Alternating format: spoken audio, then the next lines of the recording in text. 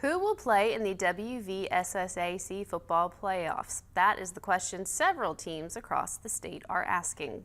With the reclassifications and the injunctions being filed, the playoff seedings for all four classes are up in the air. One of the four schools added to the playoffs after Wood County's injunction was granted was St. Mary's. Head coach Jody Moat says that it's frustrating because it's not just affecting their team, but several other strong teams, he says, that deserve to play.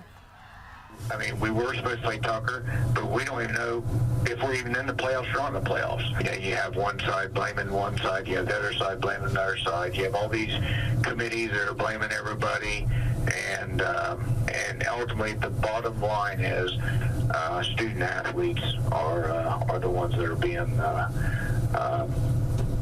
punished because of adult decision making. That's what bothers me the most, is that we have people who are adults who are in leadership positions, more specifically administrative positions, whatever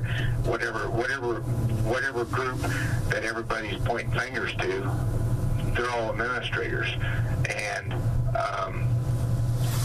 they should be leading us, and that's not happening, and so very, very frustrated for student athletes. We have talked to other coaches in the Mid-Ohio Valley to hear their thoughts on the litigation. We will hear more from them later tonight.